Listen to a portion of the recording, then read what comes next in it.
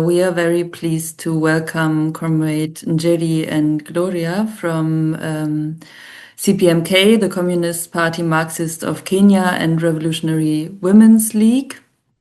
And we, as KO, have been developing relations to CPM-K a couple of years ago, and we, actually I realized we met annually to discuss the progress of the struggles in Kenya. We had interviews last year and the year before with leading cadres of CPM-K and also the Communist Youth League. And so we are very pleased to also have the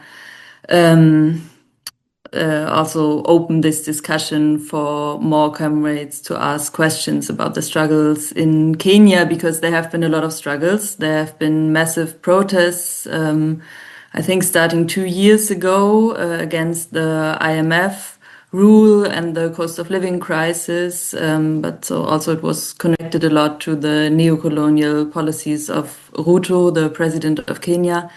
And those protests developed and grew, and also the protesters then had to protest against the repression that they faced. There were political killings, a lot of protesters were imprisoned or disappeared.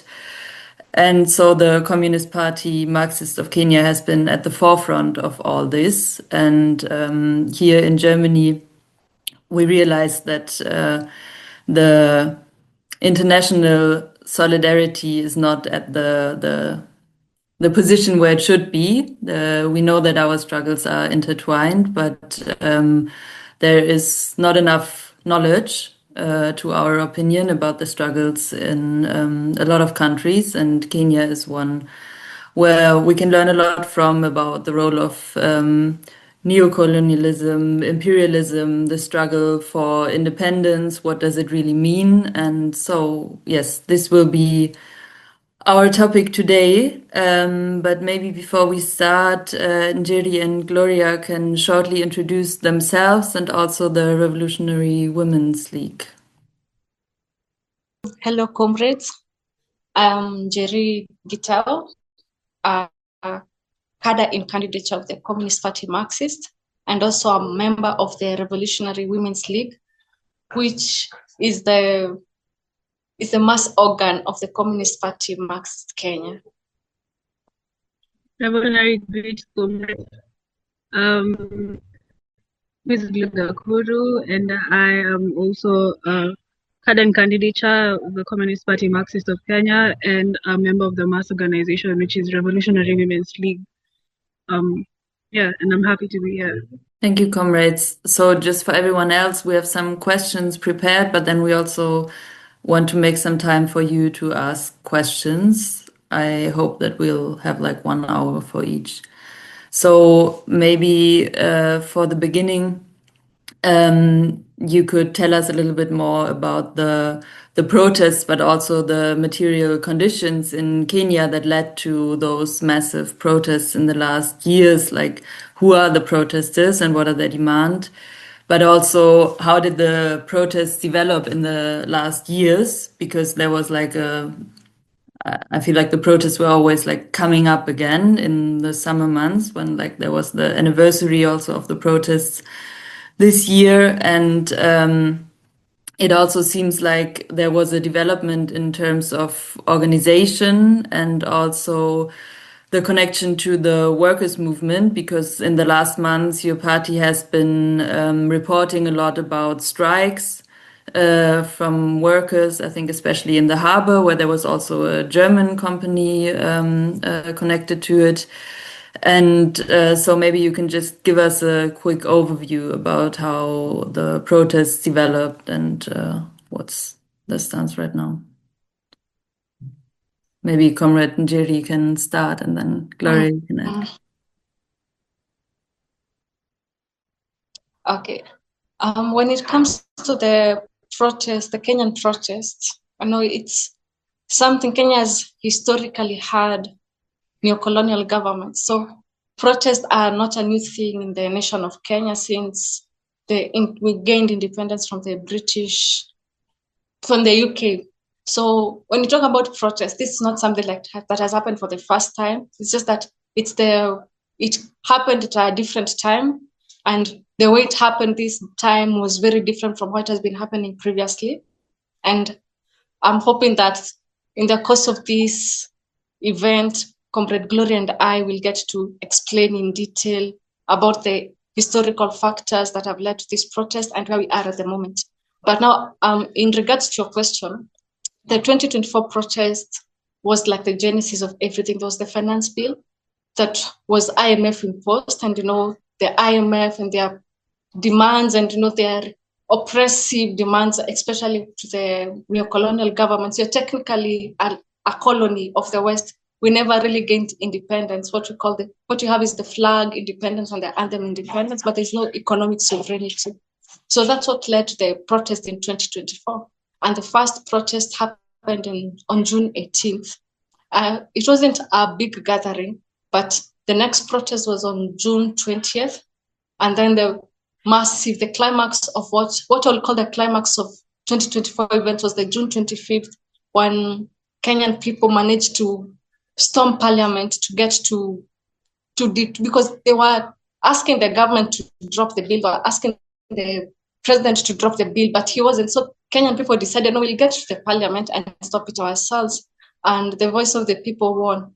But now fast forward to 2025, in the month of June, around May, June, people are preparing and were organizing themselves and mobilizing themselves towards the commemoration of the events of June 2024, sorry. And it was because from that time, there were cases of abductions, arrests, illegal arrests, and there were killings. We lost so many comrades within that period, and it all began with the finance bill. So technically, in the month of May and June in 2025, political temperatures are already high. There was that spirit of protest. And so in the process, we had around June 6th, there was a Kenyan teacher that was abducted in his home county and was found dead in a police cell.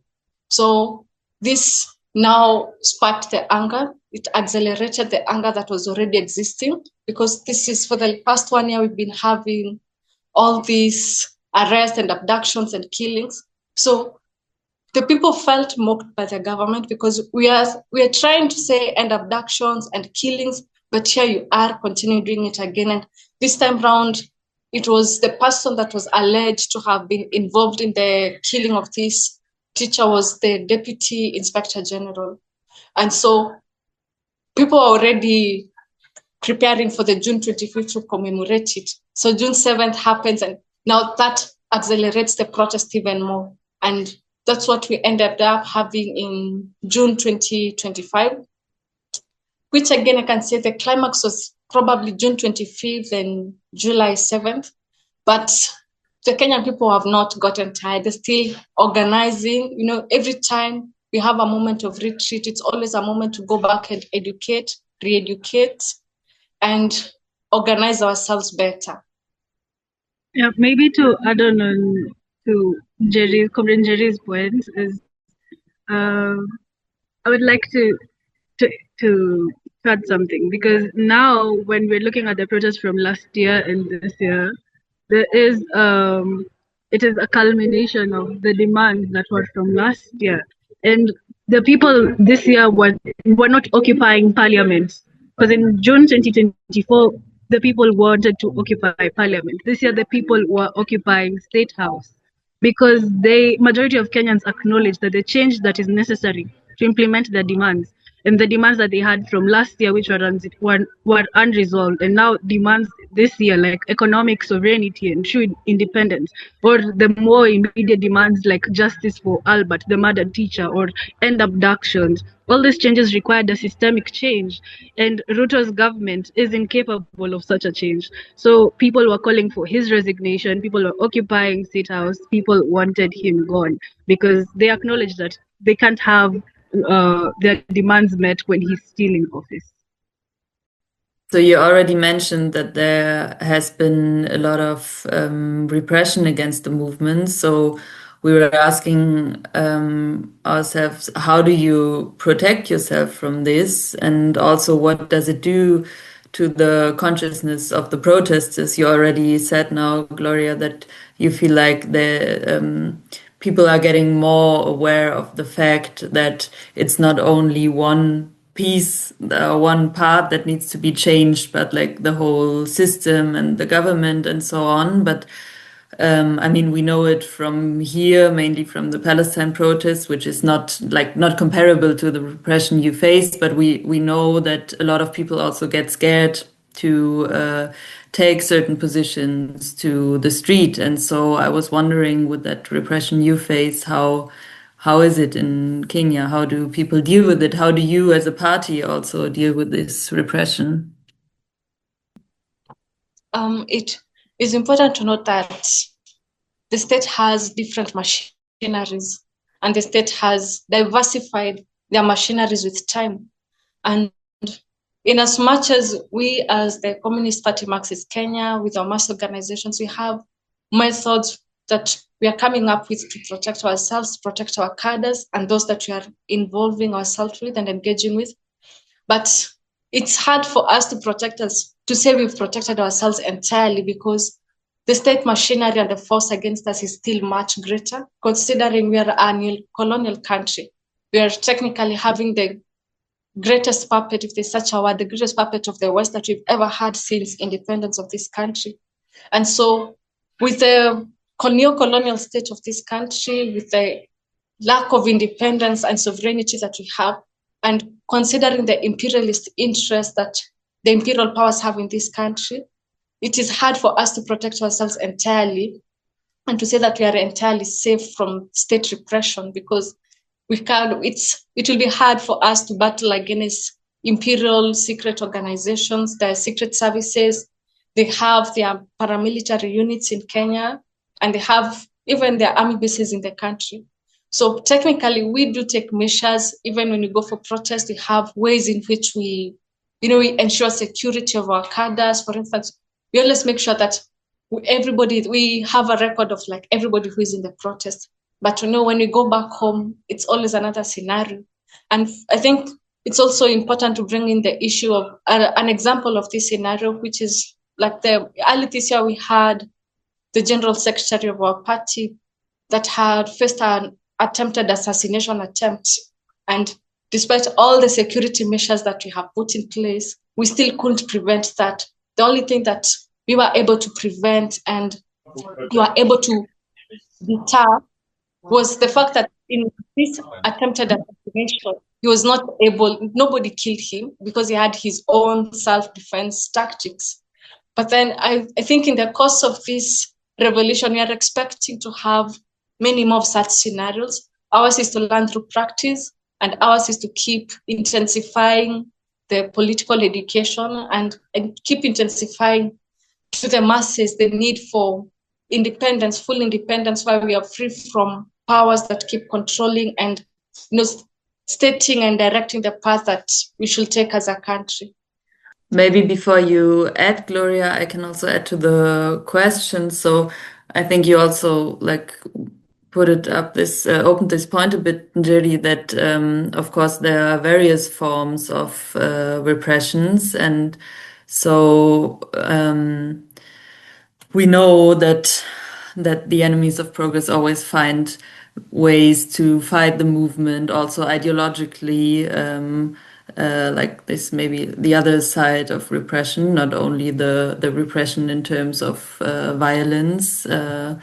And so maybe you could also tell us what are the greatest obstacles and challenges you face in those protests, and also how the ideological development of the protesters is like. Do people realize that they need to organize if they want to take this to a higher level, for example? So since last year's protest, going on to this year, it has been a whole year of rounds of protest. The people are slowly realizing that being spontaneity is not going to make sure that their demands are met. And so even when we are met by abductions or violence in the streets, and people are getting more militant, they're also realizing that for instance, some arms of the government or some like the police or the army, these are not people that are for the people. These are people that are the organized violence of the state. And so the people are growing ideologically from that, and they're realizing that we cannot peg our hope onto these institutions. We cannot peg our hopes onto these organizations. And so ideologically, then that becomes like a feedback loop, because now people realize that we have to get into organizations, we have to do this, we have to get in touch with other people that have been doing this for years, and we can also organize amongst ourselves. We can enrich the organizations that already exist, and so people are now following that pipeline. I think that's what I will say for that. Maybe you could also, because in the beginning I was asking you about the material conditions, but of course it's also always a big question about countryside and city, and maybe just because not everyone is aware of how the protests have taken place, maybe you could just clarify if the protests were mainly taking place in the city or did they spread all over, because of course we know that there are a lot of small peasants as well in Kenya. Were you also able to reach them with the protests, or is there like a division between different groups, like peasants and workers, for example, and students?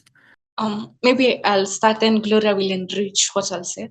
I think when I began this, when I was explaining, I said we've always had protests in Kenya, but this time round it was one of a kind protest, and the relation between the protests in the city and protest in the countryside is what made it very different, because for the first time in Kenya, we had towns that we've never had during protests. During protests, historically, the protests have always been majorly in the city, the capital city, Nairobi, and cities like Kisumu and Mombasa. But then this time round, from 2024, we had other towns joining in, like Bungoma. We had towns like Kilifi, coastal cities where people have really been oppressed, like Lamu. So that really brought in the fact that people are to show the kind of oppression that people had gotten and the level of oppression had gotten people to. And it also showed us that people are oppressed, but also not willing to sit in that oppression. So this time around, both in 2024 and 2025, the protests were very, very diverse in terms of attendance in different towns and cities. Also, given the fact that in the cities, the state always has its power most in the cities. So when we have protests in the city, the state repression in Nairobi will be very different from state repression in the countryside. So even when the protests are dampened down by this state repression in major cities like Nairobi and Mombasa, we'll find the countryside holding down the fort for the protests. So you'll find the major cities the protests may not have been as huge, or may have been huge, but then the state repression has dampened it down. But then the countryside, because the state repression, the levels are slightly lower, we'll find the masses will still be out protesting, and they'll still be fighting for their rights and speaking out to the government, articulating their demands and what they really want to say to the government. Typically the peasant areas or peasant cities are usually apathetical to protests.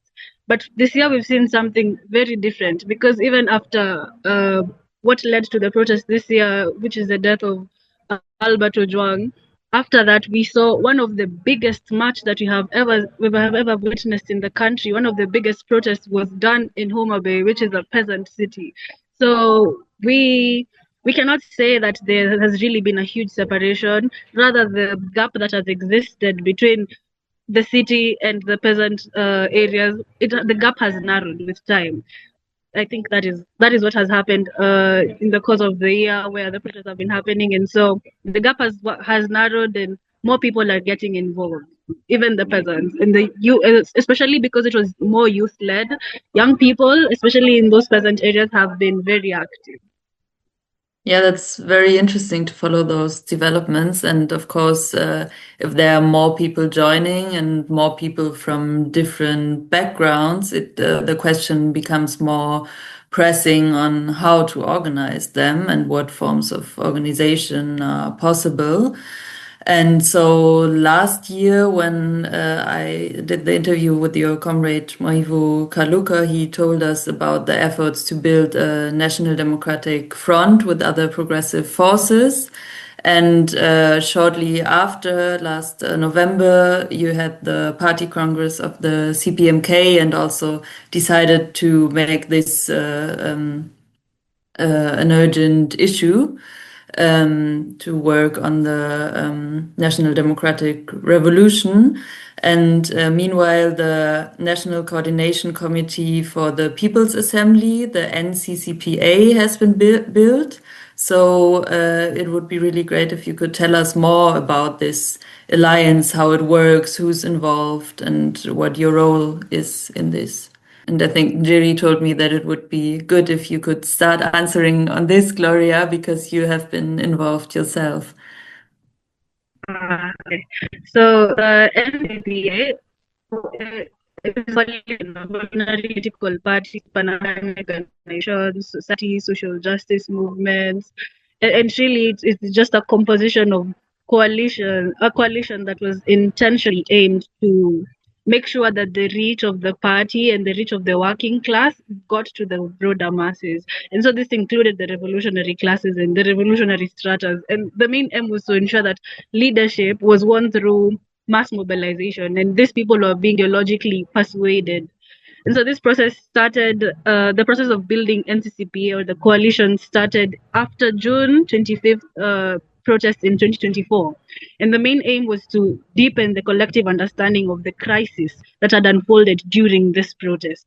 And so what majorly happened is that these organizations that were in this umbrella, this coalition, came together, authored a document that was the unifying program of the coalition, then adopted it, signed it, and it was mostly to center and to ensure that the achievements that have been won through the streets, the achievements that at the time were more primary, those achievements had been solidified. And so this coalition then, entailing all these organizations, was now forming the united front of the party. And so that is basically it, the coalition. And this NCCPA also sought to advance the NDR, which was enshrined in as one of the primary achievements of the second Congress of the CPM-K. And so that is majorly it. The coalition was supposed to be the United Front, which was an NRT, political power, and to establish a people's republic, and therefore create this sovereign, independent economy that is free from imperialist subjugation. Maybe you could also tell us a little bit more about how the NCCPA is connected to the protests. Like, how are they able to take a lead in putting forward positions and orientation, or like what is their role in the protests? Because you also said that the protests are quite spontaneous still. So this would be interesting. So the NCCPA has really played a really important role in organizing for the streets and its connection to the protest. One is that this coalition was born in the streets. Most of these organizations met from the streets, and most of the people that then later joined these organizations that formulated NCCPA are also people that were radicalized from the streets, like myself. So NCCPA has then adopted structures within itself, which able to take a whole of mass and organized interest to ensure that people are for children manuals. Are they safe? Do we have communication channels? Are we able to show these people if the state unleashes its repression on them? And NCCPA has really shown people that alternative leadership can be possible, and when people actually come together, they can make great things happen. And it has led by example. Yeah, very impressive that you managed to build these coalitions. I think all of us who have been active know how difficult it is to be active in alliances and find shared stances on positions, especially in a very dynamic atmosphere like you have it now with the protests. And you already mentioned the National Democratic Revolution as a strategic orientation. And I think it would be good to talk about this a bit more because here in Germany, we witnessed a big discussion about the role of imperialism and the strategic steps that need to be taken if like all countries are imperialist or if there's still like a struggle for national independence needed, which some forces somehow denied that it's important. And I mean, you have been talking about how important it is to build economic sovereignty. And as far as I understand, the National Democratic Revolution is a part of this. And maybe you could talk a bit more about what conditions need to be there to enforce this national democratic revolution, and what are the next steps in it, if you can already talk about this, but to create a better picture for us on the concrete conditions in Kenya. So for the National Democratic Revolution, as a party, we have identified that imperialism is indeed the principal contradiction. So that means that Kenyan's independence in 1963 was just flag independence. It was sham independence, and we have not achieved substantive economic independence since then. So the National Democratic Revolution then is going to be a continuation of this class struggle, and it is a necessary tactic to ensure that we transition to socialism. So for the conditions for NDR take place, first of all, for us to conduct, and we have already done this, a social class analysis of the Kenyan society. So we identify what are the motive forces, what are the enemy classes, what are the revolutionary capacities of each class of this stratum that concerns the revolution. And so this NDR then will carry forward with its objectives through the National United Front, which is where the party is going to gain support of the majority of the masses when the advancement of the NDR is going to be made. So that means that we first have to make sure that we are popular and our ideas are popular amongst the masses, and we are leading the masses, so that when we have created these conditions and these conditions exist, then the NDR can be achieved. And that means that the economic measures for us to achieve this sovereignty that I keep talking about is to make sure that the NDR objectives are clear and they have been there could be followed the latter. That is just the economy is free from imperialist subjugation and directly addressing the current situation, which is imperialism, and where imperialism dominates the economy and the comrade and bureaucrat capitalists that manage the neocolonial state in the interest monopoly, the monopoly.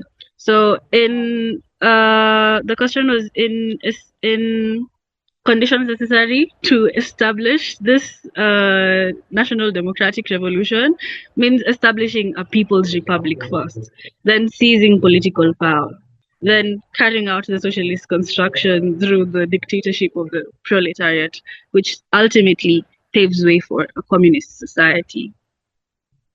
No, Gloria said everything that is there to be said. I actually told you she'll answer it because she's in a better position to answer. She was directly involved in the NCCPA build-up and the processes up to this point. So she has answered it in full. So there have been some questions in the chat, and I would now continue to go to the part where everyone can ask questions. So feel welcome to raise your hands, and also welcome to the other comrades from CPM-K who are here to add if they feel like there's something they want to add. And yes, so I will read out the question from the chat, and during that time, everyone who wants to ask a question can also raise their hand. So the question from the chat is, what are the lessons from the December 12 movement in organizing resistance and the socialist movement in general for today's struggle? How to effectively communicate with the Kenyan people to create a mass organization and an anti-capitalist, anti-neocolonial movement beyond spontaneous action? Does CPM-K have a central publication? So maybe we shortly need to clarify what the December 12 movement was. As far as I'm informed, it was a movement that led to the formal independence, right? This was actually in the Moi regime time, and we've always been neocolonial, so there have always been struggles. So it was just part of the many groups and revolutionaries that had come together to organize and advance towards an independent Kenya. And as we understand, at that time, people understood imperialism and neocolonialism differently from how we understand it at that time. So to get into this question, how the lessons to be learned, I think currently as a party, we are actively engaging, going back to the historical records to understand how the struggles have been, because you won't be able to derive lessons if you don't understand the struggles of the colonial period, the neocolonial time from 1963 up to this time. And personally, so far, I think the lessons that I've gathered is there has to be unity of thought and, a revolutionary consciousness.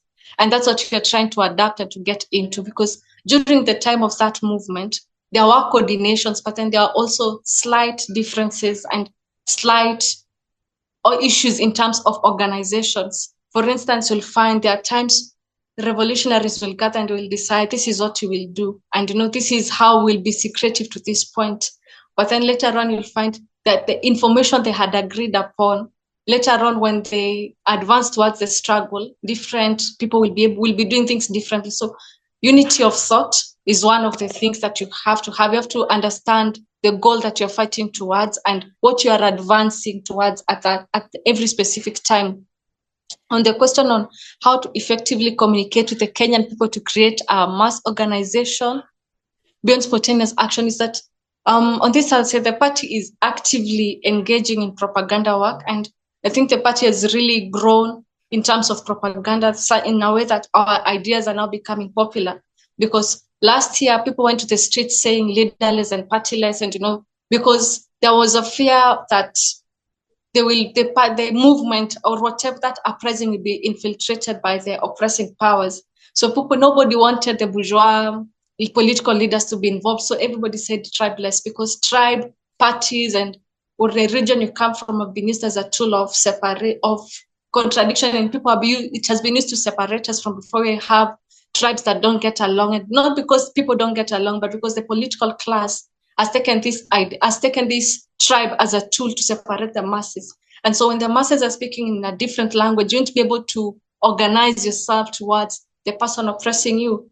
So in terms of what you're doing now in propaganda, our ideas are getting advanced. So people are now getting to understand that leaderless, partyless will not work, because one of the reasons that the protest dampened down after June 25th last year is that there was no organization per se, there was no leader, and the masses didn't trust anyone who tried to come out as a leader. In fact, if you had come to say that you're the leader of the uprising, people will really hit you, because they felt there was that fear of being betrayed, because it has happened before. People have been betrayed by their political parties and the leaders that are there. So nobody wanted a leader. But after that event, growing in now, proceeding and progressing towards 2025, people understand that you can't be partyless.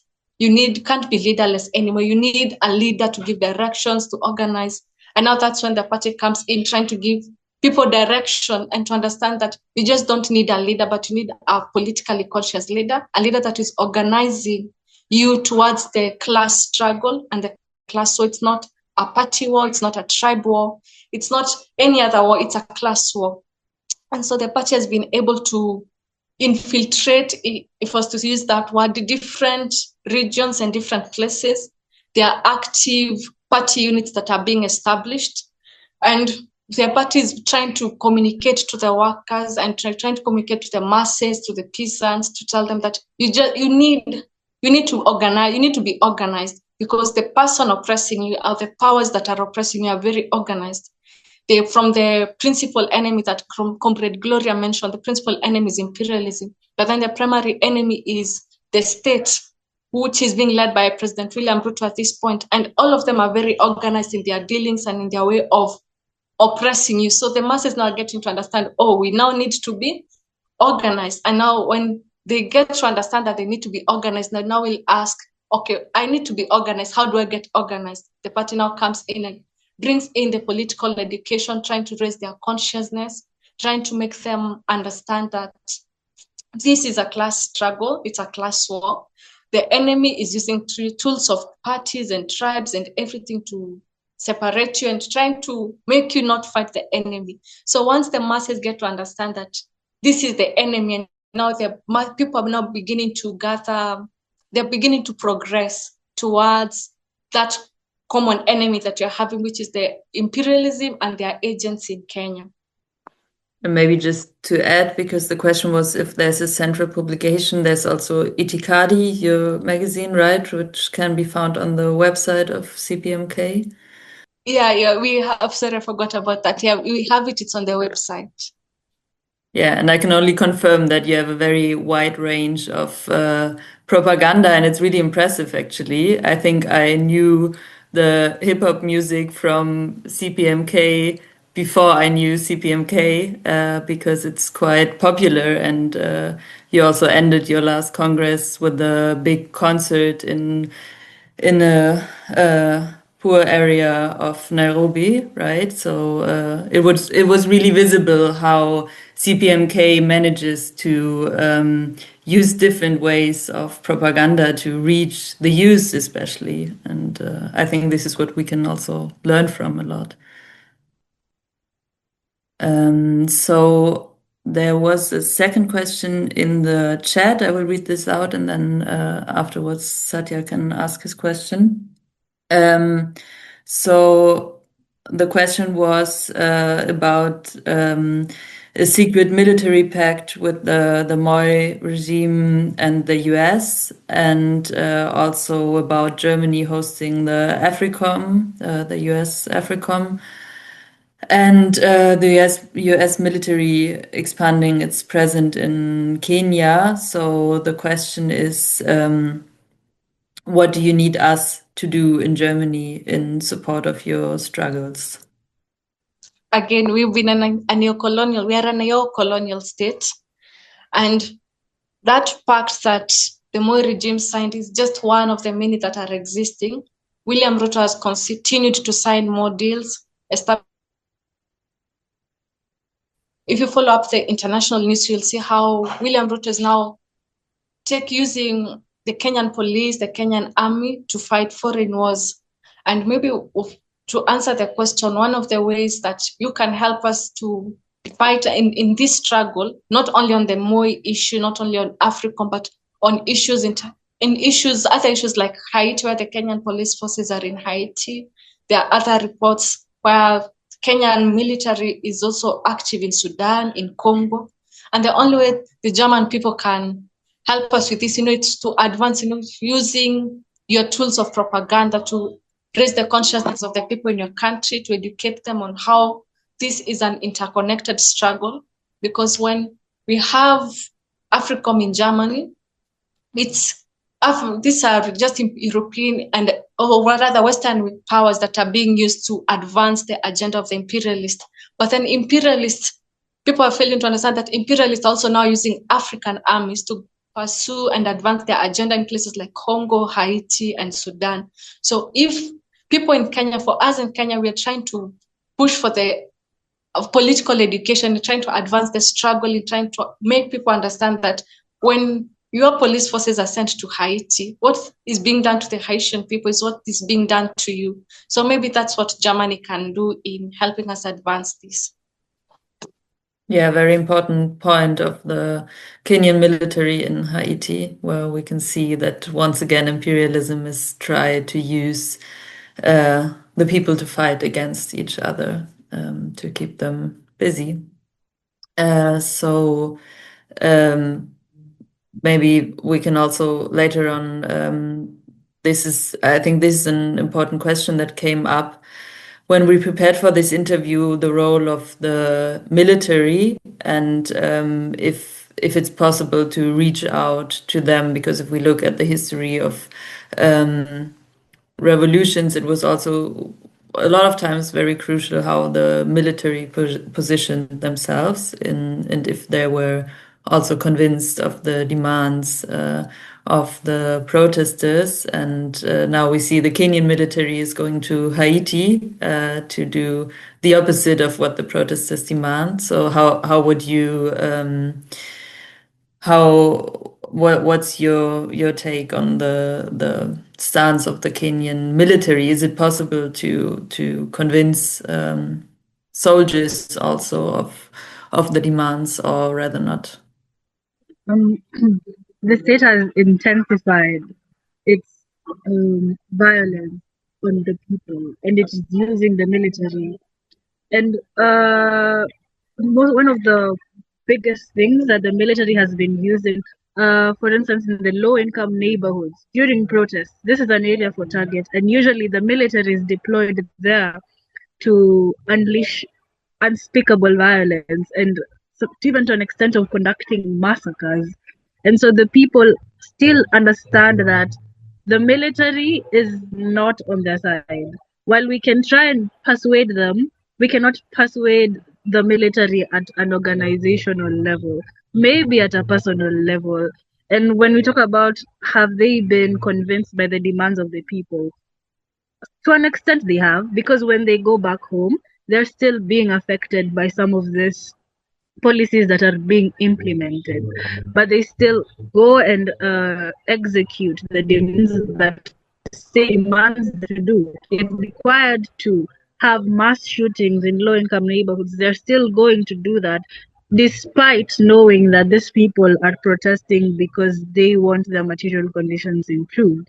So while we can try and persuade the military at a personal level, majority of the Kenyan masses actually reject the military and actually treat them as an enemy, because instances of police brutality and this military conducting massacres, they have increased over time.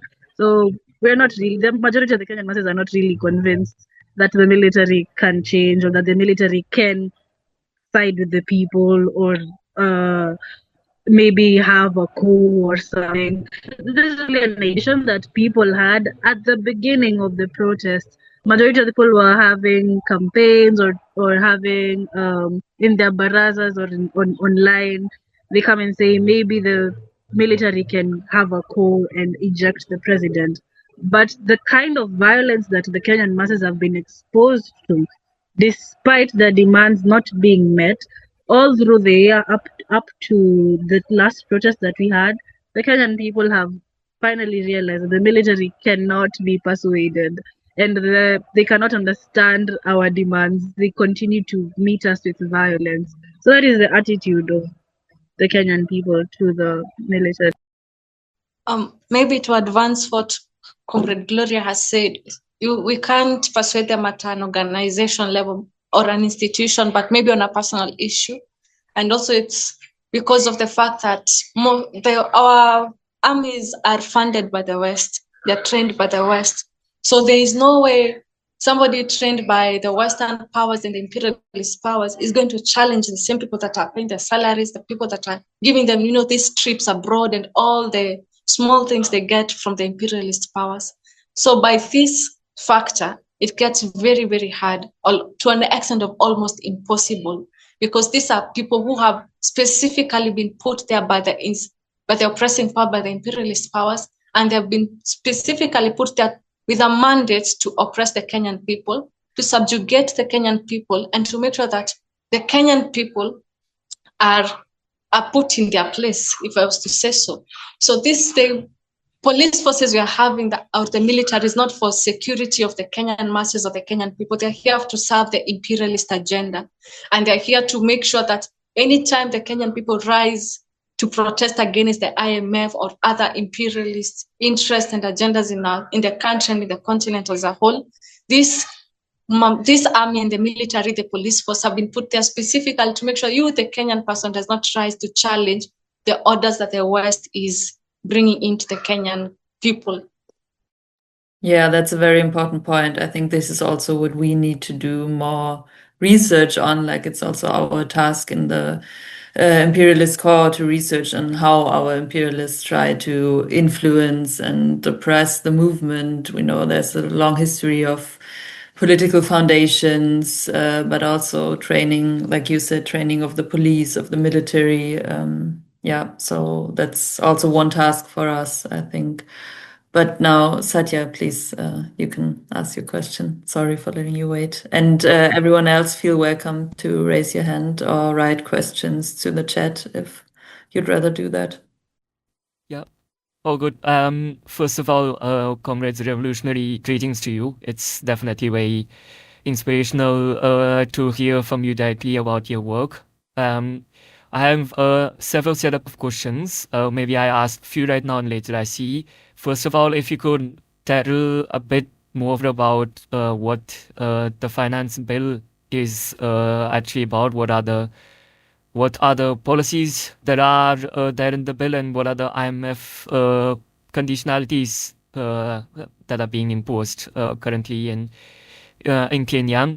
Then second is regarding the overall question of class composition of the protests. I think you have explained about how there is an overall spontaneity in the protest, and there is, however, the masses are in the process of right now learning the importance of organizing and such.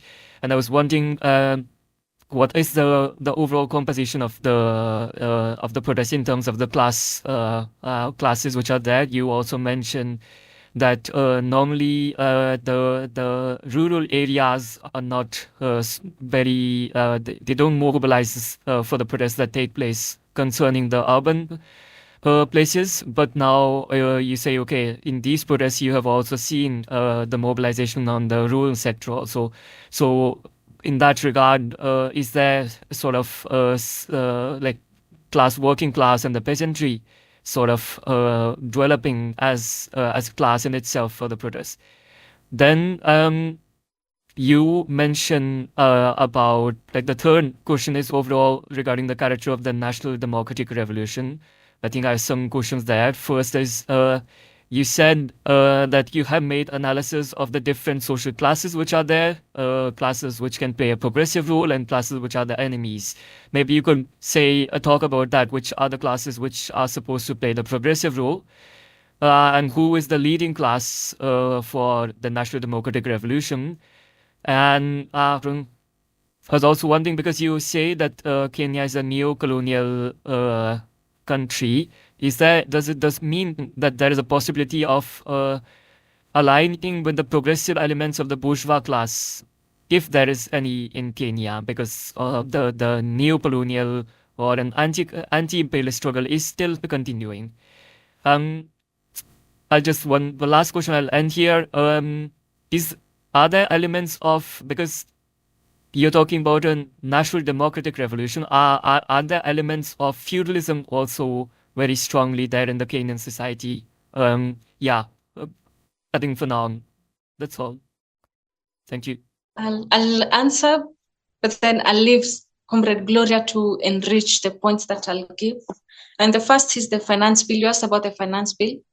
The finance bill is like, every year we are having a finance bill. It's just happened that the finance bill last year became very expressive. There were taxes that were being added on commodities, very, very important commodities, not like basic commodities. Cancer treatment was meant to go high. There was taxes on basic items that you can say are needed by the masses and by the people. And that's what led people to go to the streets in anger and that rage, because the system is already oppressive. How are you taxing even the basic things that you can afford? And how are you taxing the things that, how are you taxing cancer treatment? It's already expensive in itself as subsidized as it is, but then you want to add in more taxes. So that led to the anger and the rage that happened in the streets. And also it's important to note, it was not part of the finance bill, but part of the anger that people had last year. Finance bill was like the climax. Since William Ruto came into office in 2022, there's been anger on the policies that he's been putting in and the policies that he's been implementing. And every policy that he's been implementing has just been proving to the masses and to the people and progressive organization, including the party, that this is an imperialist puppet that is that is an imperialist puppet that is just here to implement the agendas of the West. So one of the things that he did that angered was the issue of GMO. There was the issue of the previous government had a subsidized healthcare program for women, the pregnant women and the mothers who are going to give birth.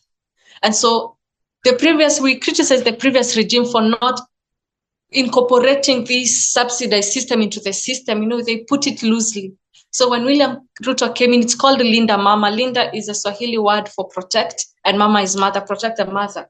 So when William Ruto came in, he removed this subsidized program. And this was a program where, in essence, women could go to the hospitals, big or small, as long as it's a government hospital, and you could have the maternity services offered to you to almost to an extent of being free. But William Ruto had removed that. So all these events, among many others, including the university fees, the fees is already expensive. University education is expensive. But William Ruto came in and now even added the cost of university education. So all these policies put together, now with the new finance bill 2024 that happened last year, the anger skyrocketed, and that's what led to the uprising. When it comes to the rural composition and issues of feudalism, yes, there's lots of feudalism, because as it is, we are looking at our in our analysis, our country is semi-feudal. And when you look at the composition of the peasantry when you look at our peasantry, most of them are the proletarian peasants. They are offering their labor. There are so many imperialists. There are NGOs or other organizations. From a first glance, they look like, just normal, innocent organization. But when you look at it, there is an imperialist hand in all these organizations that are existing in the rural areas. And so what they do to the farmers is that because the material conditions of our peasants are already very dire, but then the peasant has the land, and these organizations want the land. So they'll give the peasant the seeds or the fertilizer. So the peasant will work on his own farm, but then the produce he gets, he'll have to give it to these organizations in the name of repaying the loan or the money that you've been given. And also this also ties into another greater aspect of carbon credits, where our peasants, because of lack of education in some areas, in other areas it's illiteracy, and in other areas it's because of the hopelessness that comes with the material conditions of the peasants in the country. So you find they are selling their land, or rather giving away their land at a throwaway price. And most of this to just imperialist organization, which is the reason why we're saying we are a neo-colonial state. We have always been a neo-colonial state, but this neo-colonialism is going deeper and deeper every day. I think I'll leave Comrade Gloria to answer the rest on NDR. So the question was on what was the analysis? I think there was multiple questions. The class analysis, like who's the leading class in the national democratic revolution, in terms of your class analysis of the society in Kenya. So the class analysis that was conducted by the Communist Party Marxist of Kenya identified the working class as the motive for the revolution. And so because the party consists of this class conscious and dedicated communists drawn from the working class, we must remain closely connected to it. And so this was the class that was identified as the decisive motive force of the revolution. Then there was the peasantry, which is the class that forms the numerical majority in semi-colonial and feudal country like Kenya. And so it was considered as the most reliable ally of the working class. However, there are stratifications that exist within the peasantry. That we have poor peasants, middle peasants, and all that we analyze that the class that can be temporarily neutralized or won over, though it is considerably unreliable due to its property interests, is this rich peasantry within the peasantry. The enemy classes or the counter-revolutionary classes, first, this is the monopoly bourgeoisie or the imperialist bourgeoisie, and this is the class that is operating through finance capital to dominate and exploit neocolonial societies like Kenya. And so it was identified as the principal enemy of the NDR. Also, the comprador bourgeoisie, the class that was described as the local agent of imperialism that manages the neocolonial state in the interest of monopoly bourgeoisie and the broader bourgeois class, was considered as the immediate enemy. So this is an enemy class that all revolutionary forces must unite to overthrow. Then there was also the comprador capitalism, which was identified as an arm of imperial control, which thrives on collaboration with local agents, was described as a local agent of imperialism. So this is an enemy class. There's also bureaucrat bourgeoisie. So this is the political counterpart of comprador capitalism, which comprises of rented agents or these are imperialist puppets who occupy this high government position. This also identified them as enemy of people, and also national bourgeoisie, which is a weak, vacillating class, which we must be tactful. They're an unreliable ally, and so our collaborations, them or rather we should have tactical alliances with them, because this national bourgeoisie are a weak, vacillating class that, though they resent imperialist domination, they have economic limitations, and so it is likely that they will maintain capitalist exploitation. There's also the landlord class, and this is a class that has no interest at all in relinquishing its privileges or property, and so it is considered as a firm ally of imperialism, and therefore it is an enemy of the people that must be isolated and defeated. So those are the enemy classes, and those were the people that we analyze as the enemy, the enemies of the National Democratic Revolution. We also, as a party, also have seen like this right opportunist who adopt this an erroneous line, and because they have conducted premature class collaborations with a section of this comprador bourgeoisie. Yeah, so those are the enemies that we identified as the enemies of the National Democratic Revolution, and we have emphasized that the National United Front must not be mistaken for class collaborations with all classes, but rather an alliance of revolutionary and progressive classes. I think that answers the question. Thank you very much, comrade. That's very interesting to hear about those different classes and how you relate to them. I don't know if you can, but could you also like maybe elaborate a bit on who is the national bourgeoisie in Kenya? On the national bourgeoisie, who we identified as the primary counter-revolutionary forces that should be isolated and defeated, are mostly these people that have this dual character, where they resent this imperialist domination because their economic limitations, and so they fundamentally seek to maintain capitalist exploitation. But they also are not entirely getting everything out of capitalist exploitation. They resent imperialist domination because it is putting a limitation on them, but they cannot really be reliable in overthrowing them. And so this dual nature that they possess makes it an unreliable force of the revolution. And so the strategy for the National United Front aims to isolate this class and then defeat them. This national bourgeoisie in our context look like these people that are occupying top positions, or these people that have some capital and they have some businesses, they're running some operations in this country. Those are what we identified as the national bourgeoisie and as the primary counter-revolutionary forces that must be isolated and defeated. Thank you, comrade. So there's one more question in the chat from Comrade Shadia, who's from the Sudanese Communist Party, and she asks, it is clear that whenever the Kenyan people rise up, the regime represses the movement, and we know it's a fight against imperialism.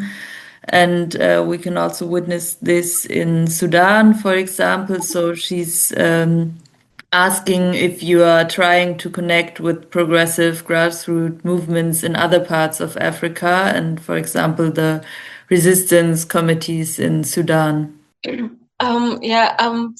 answer to this is yes. We are trying to connect with progressive grassroots movements, organizations in different parts of Africa. Maybe you can tell us a bit more about who you're in touch with, or how you organize with them. I think you're also in touch with comrades from Tanzania, right? And I don't know, so maybe also about Sudan, if you can tell more about it. Yeah. I think this international solidarity really, we have been in constant communication and getting in contact with these grassroots organizations and with other communist parties in other countries. And this was clearly brought out even during the theoretical conference that we recently had, where we had comrades from Tanzania, comrades from Uganda, comrades from Sudan, comrades from different parts of the African continent who are deeply entrenched in the people's struggle at the grassroots level, show up as in solidarity with the Kenyan counterparts for this theoretical conference. So that goes to show how much we are in contact and how deeply we take the struggles as part of our own. So yes, we are in constant communication with these grassroots organizations, and their struggles are also our struggles. So yeah. Yes, first of all, thank you from me as well, comrades. I think days like this are really crucial for us to learn more and understand your struggles better. I had a question concerning the role of the education. You already said a little bit about it. I was wondering if you could describe a bit more or elaborate on like how the state of education is right now in the neocolonial system, of course, because of course we know in the sense it also serves the interests of maintaining the neocolonial apparatus, and what you counter vision is concerning that, like on the one hand building the cadres in your parties, but also the role of the education or building maybe a kind of popular education in organizing the masses. I saw, for example, that you got this track with which you are going to the countryside and are hosting film events, stuff like this. I found this really interesting, and I was just wondering if you could give us some more concrete examples on that. Yes, thank you. I'll give points. I think Comrade Gloria will enrich more on the track. The track was during the Theocon, and Comrade Gloria was part of the committee that put together the Theocon. But technically, we're right when you're talking about education, that when you're talking about education, the education we receive in school, the education system in Kenya, everything has been designed to lie to the masses, because there's a system that is of imperialism, and this system of imperialism cannot expose itself through education. So you'll find that even the most learned and most educated in bourgeois sense and the bourgeois spheres, they are very backward in terms of political consciousness and political thinking. And this is thanks to the system that we've all gone through. And unless somebody gets to the level of consciousness to understand that the education I got from school, be it at university education, be it primary, high school, and all through even the higher education, unless you get to a level to understand that that education was delivered and offered to you to sustain the system, most people are always ending up backward. So when it comes to how we're trying to counter this and to fight this, I'll say that most of the time, the most popular, not just for the Communist Party Marxist Kenya, but for different organizations, always the parliament. We call it the bunge. Bunge is parliament in essence. So these are public gatherings where people just gather and, you get to explain to them the historical aspect of Kenya, because if people don't understand that whatever material conditions they're facing and experiencing right now is as a result of neocolonization, they will not be able to fight the system that is sustaining this neocolonization. And other forums that are trying to be put in place are mass educations, whereby we'll gather workers to educate them on, because most of the workers that we have in the factories are working for imperialist companies. And if they're not, their political consciousness is not sharpened for them to understand the relation between this imperialist company that is oppressing you and taking away your labor, if that person cannot interconnect that struggle and that condition to the ruling powers that be to the government and to the state in itself, they will not be able to confront it. So as a result of this education, that's why we ended up having strikes, especially the strike that happened in the county of Mombasa. This was led by the national chairperson of the party, Moivo Akaluka, and it was because of the consistent education and re-education that he kept offering to the masses. First of all, thanks for the very enlightening answers.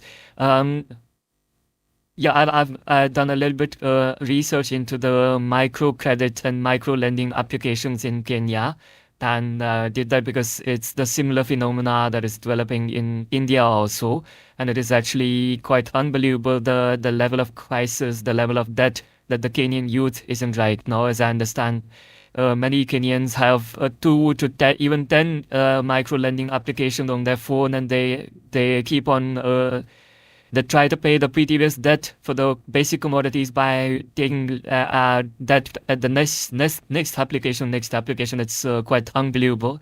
And also how the farming class, the peasantry farmers, the peasantry workers, and other farming class are losing their lands also because of entering into the contractual farming, and everything is provided. The input, the seeds, the fertilizers, everything is provided by the imperialists, these NGOs, and they tell what is to be grown, and they decide the money that these farmers are going to get. And of course, in the end, a lot of them end up losing their lands also. A similar process that is taking place in India, which is what we also saw 2-3 years by the massive farmers protest in India. It was really in this direction. I was wondering if you could clarify something for me. The issue of the settlers, white settlement in Kenya, to what extent are the white, as I understand, these white highlands are still existing? As I understand, the most fertile lands are still in the control of white settlers, or at least the imperialist companies. Maybe you could clarify there, how it has continued. And secondly, the reason why I was asking about the presence of feudalist class or feudalism in Kenya was because I was wondering if there is any fascist movement also in Kenya. Yes, I'll answer you I'll answer you about the peasantry and the micro lending that is happening. So it's exactly as you have explained it. And what happens, what people need to understand is that it just didn't happen overnight. Material conditions are leading the peasants to this position. And now the role of the party is to educate the masses to be able to fight these feudal lords and this class that is exploiting them and taking away what belongs to them. When it comes to the land and the whole aspect of the peasantry and the feudal lords and everything, it's good to go back to the historical lens and the historical perspective of the Kenyan society. As a neocolonial country, we were once a colony of the British Empire, obviously. And what happened is that there was the fighters, the revolutionaries during the colonial time, famously known as the Mau Mau, but their rightful name is the Kenya Land and Freedom Army. And so this was a group of revolutionaries that fought hard. They were having the armed struggle in the forest, and they fought to the best of their ability, their consciousness, and their knowledge at that time. But then, because of the limitations that existed at that time, the revolutionary movement was hijacked. And one of the things that happened, one of the shortcomings of the movement of the Kenya Land and Freedom Army is the fact that most of them were peasants. It was a peasantry movement leading an armed struggle. And to them, independence for them meant the white man replacing the leadership of a white man with a black man. So they didn't understand the aspect of class per se. So because of this limitation, they just wanted a black man. And so the black man that they ended up advocating and pushing, and the black man that we ended up having, they didn't understand that this black man was an agent of imperialism, a neocolonial puppet, the first president of Kenya, Jomo Kenyatta. And what happened with Jomo Kenyatta is that he negotiated with the white settlers and the British settlers and other European settlers. And the ideal was, you protect my leadership, you protect me from the revolutionaries, the Kenya Land and Freedom Army, and I will maintain your status quo, at least to some extent. So that's what Jomo Kenyatta did, and the peasants didn't understand. The moment a black man ascended to the seat, became the president of Kenya, peasants felt relieved. They felt like they have achieved the struggle. They felt like we've gotten what we are looking for. They didn't understand it in the bigger concept because of the limitations of that time. And Jomo Kenyatta was not innocent. He knew what he was doing. And what happened is that because Jomo Kenyatta and the imperialist powers, the British settlers, they understood the revolutionary strength capacity of the Kenya Land and Freedom Army. So what they did is that Jomo Kenyatta had to deceive the fighters and tell them, I was negotiating for them. We've gotten their independence. But what essentially he did, he displaced many peasants from their farms and gave it to the white settlers. In return, the settlers are meant to protect him. And one of the ways that this was achieved was by the British army base that we're having in Laikipia County, a place called Nanyuki, which is one of the places and areas where we're having an upcoming, and I will say a very promising party unit. So when we're talking about neocolonialism and imperialism, it started just from the time of the colonial and the armed struggle. So we have a British army base from 1963. They never left, and they are here to maintain their status quo. They're here to maintain and dominate their presence, and the army base is just one of them.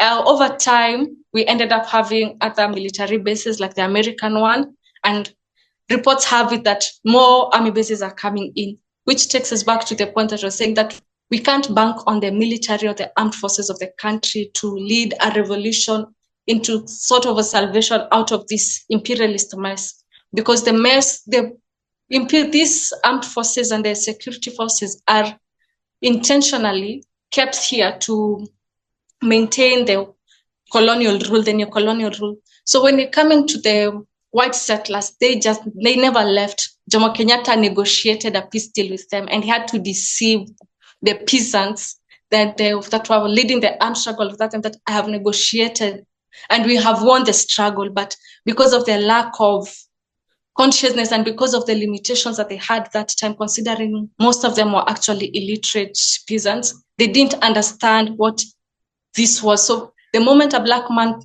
became president, they were satisfied, but they didn't understand the greater aspect. And that's what led now to having the December 12th movement. It's been a struggle from 1963 to remove white settlers and to remove their domination from the country. Thank you. I just had one more question. Are there any fascist forces or fascist movement in Kenya, or anything that can be compared to a fascist movement? I think in our country, it's not as open as it is in the Western countries, but the government itself is fascist, a government that is killing in Sudan. This is the same government that is politically aligned with the Israeli government, the Zionist government. This is the same government that is imposing their rule and helping the imperialists in the countries like Haiti. So yes, there is, but it's in a different context from how it's existing in the European structure. Thank you for your inputs. It's very interesting. And I don't have really, of course, an image in my head of the Kenyan society, but I know that there is the Zionist ideology is quite spread in some segments in the population, as I know. So I just wanted to ask you, because you also mentioned the collaboration of the regime with Israel, but I think it has longer historical roots also in Kenya. How central for your political agitation is the anti-Zionist campaign? Do you have maybe some blockades when you deal with the population because a lot of people are supporting Israel, or how is it when you deal with in the Kenyan society? How deeply rooted is Zionist ideology? I'll take that question. I think majority of the people that are Zionists or that are have this Zionist thoughts are mostly Christian Zionists who are led to believe that the Israel in the Bible is the Israel that currently exists at the moment, and so they align themselves with such. However, it has not gotten to a point where we get blockades for being anti-Zionism, if that was a question, being anti-Zionism leading to us getting blockades, because it is not a real movement of Zionist Christians. They can enforce Zionist propaganda. They can have Zionist propaganda, but they can't really enforce anything that is overtly Zionist. So they are as powerless as majority of the other people. But is there also a strong sentiment in solidarity with Gaza in huge parts of the Kenyan society? Yes, majority. There is a good number of Kenyans that are pro-Palestine, and this has also been seen even in the amount of people that turn up for this anti-Israel and pro-Palestine.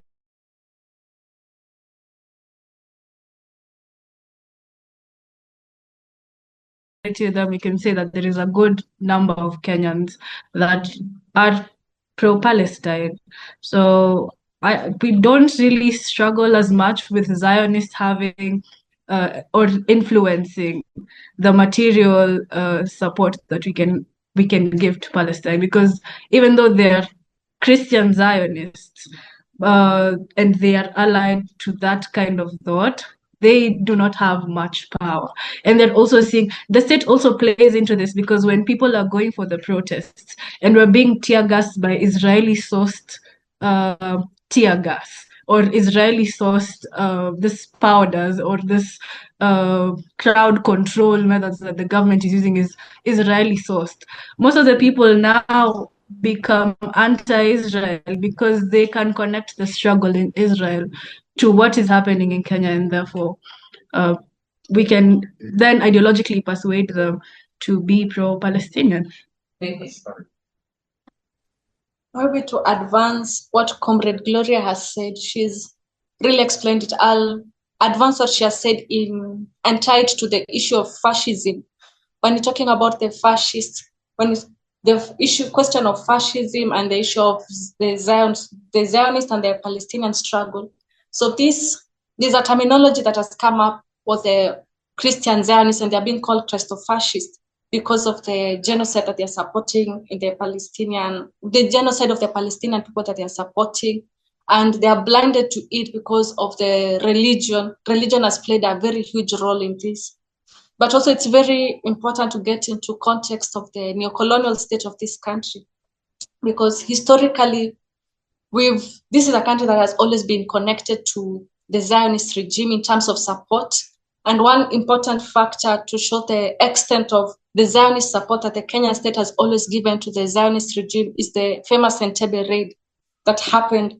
And it is documented that the Kenyan government that time, I think Mzee Jomo Kenyatta was the leader.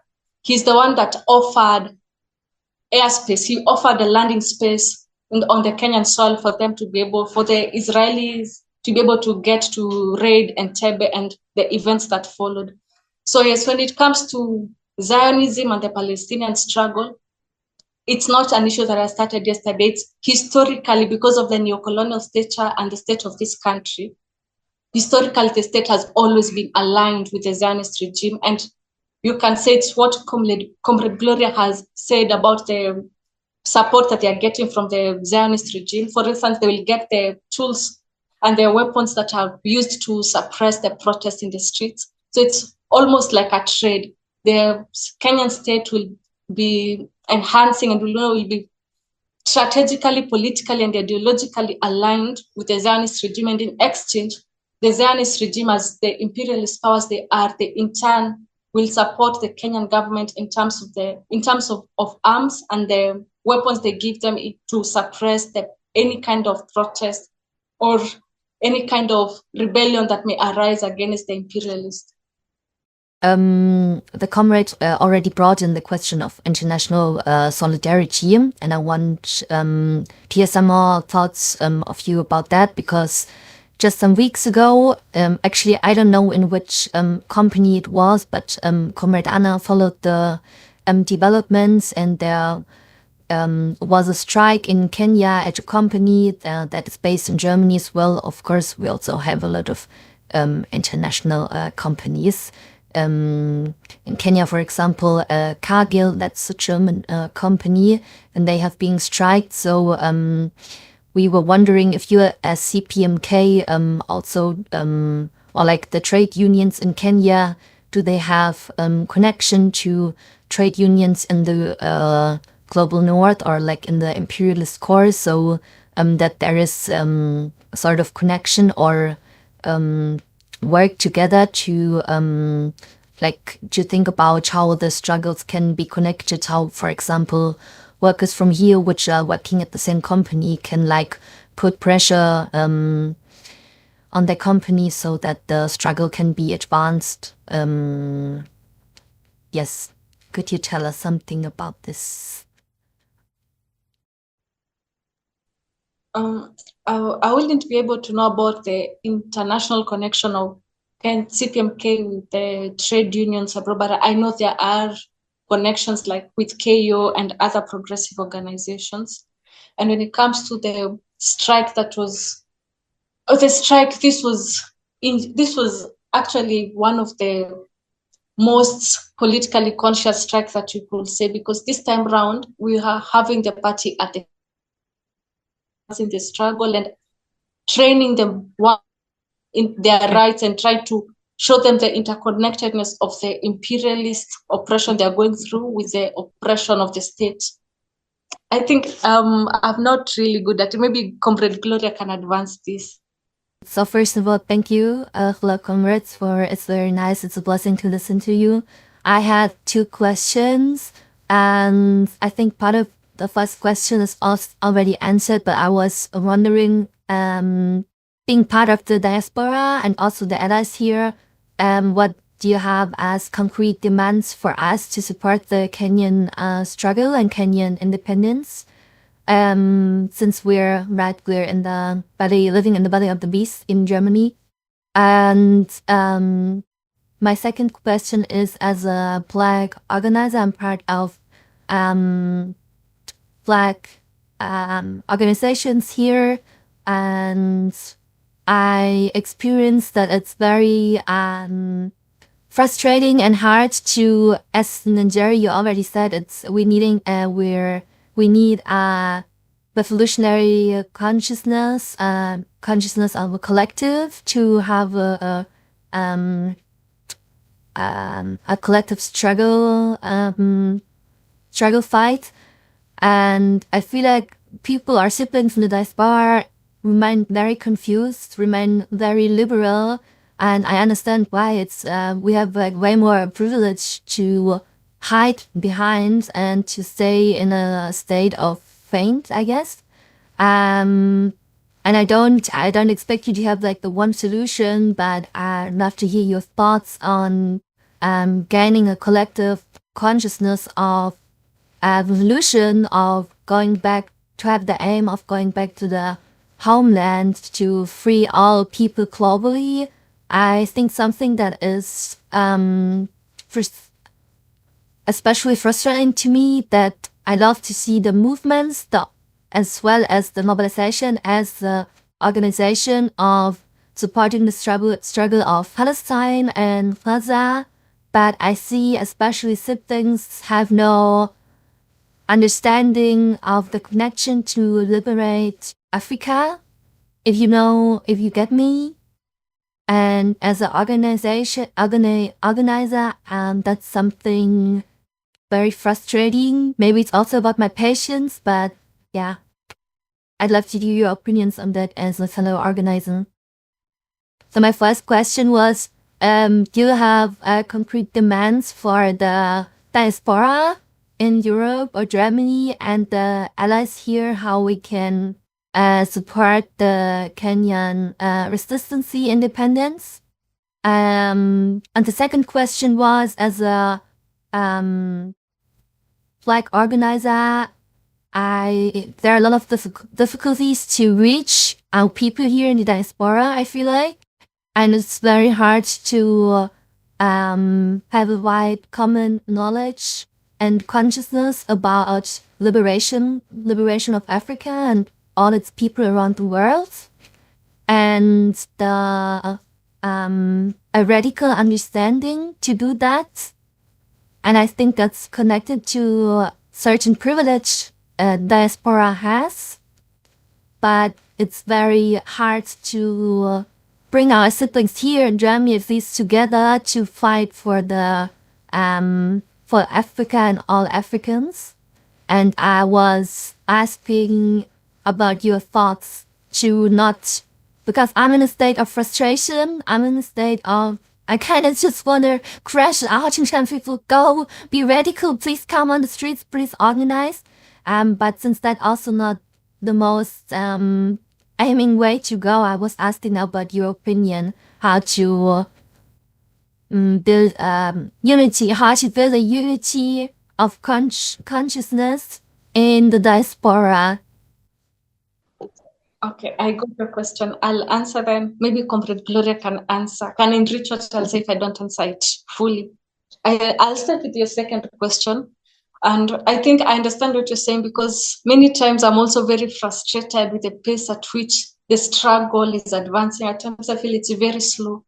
But that's why now education and political education comes in, because once you understand the extent and the depth of the shackles that you're in, you will really invest your time in educating yourself and, preparing, be it the organization. In our case, it's a vanguard party. You'll really put more effort in building this tool that you will use to advance the struggle. So I think what I'll say in the second question is that the greatest and the best way is that you have to always understand the historical aspect. Once you understand where the problems began from, it will help you analyze the situation and will now be able to understand how you can be able to unshackle yourself, because if you can't identify the problem, how then will you be able to solve it? And even in a sense of the diaspora, that's how it should be. First, understanding the situation, be it imperialism, feudalism, or capitalism, whatever it is, and more often than not, or rather every time, they are all connected. And when it comes to the first question, I think the greatest solidarity that you can always have is having maybe programs like this, an event like this one. And what we can probably ask for the diaspora is to advance the struggle in their soul. Because, for instance, if KO and other progressive organizations in Germany and in Europe in general, gather and begin educating the masses in terms of on imperialism, then the masses will rise and they'll begin challenging these imperialist powers. But what imperialism has done is that it has created very many tools to separate the people, so because they understand when people are united, they will always be stronger than them and they will be overthrown. At the end of the day, the oppressors are always the fewer in numbers. So in our context, tribe has been used, but when you look at it internationally, it has always been the case of race. So when it comes to European places or places like the United States, maybe the best way you can advance this is showing, trying to deal with this imperialist and, the tool that they use, be it of race, be it of nationality, because they use nationality very many times.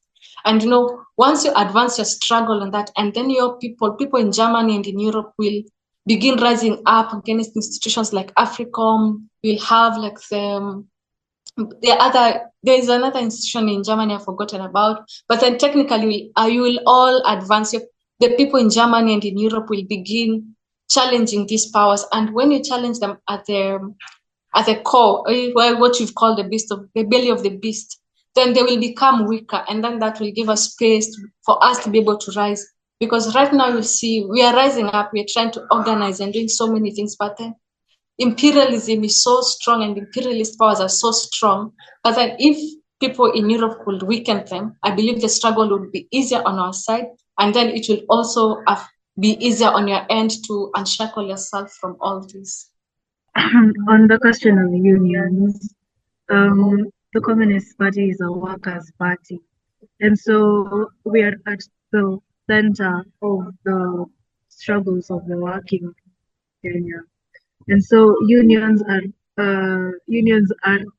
integral to our organizing, and we have seen even the efforts that the party is making, even with organizing and unionizing the dock workers, and in getting into the struggles of the nurses and the doctors that are doubling that demand to their employers. I'll say that since the Communist Party is majorly a workers' party and we are intentional on organizing the working class, then unions are core for organizing. There, I hope that answers it.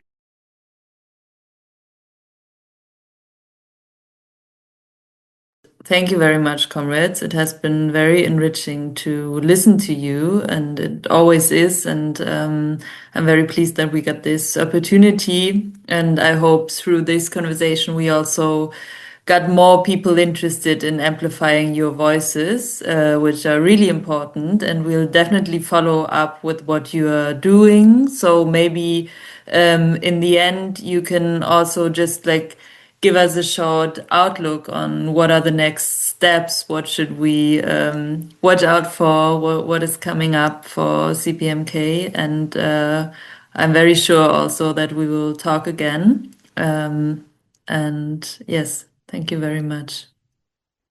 I'll add maybe the last thing I'll say is that CPM-K is now advancing towards the NDR with all that we have really laid out in this. And now we understand, we've analyzed the society, we've known who are the friends, and we know who are the allies and the enemies of the struggle and of the common goals we have. And at this point, maybe we will thank KO for putting in this, for setting up this event and allowing us to connect. We hope to have more solidarity events. Thank you. What is next for Communist Party Marxist of Kenya is to advance the national democratic revolution. As the party of the new type, that is our immediate task. That is what we are doing. And so we are advancing the NDR, and we are organizing the workers to kunyakua mashamba. This is to take back their land and to fight for food and freedom. That is what we are doing next. So, yeah. So all the power to you, comrades, and we'll talk again and follow your struggles. Thank you very much to take the time for us, even though you're all very busy.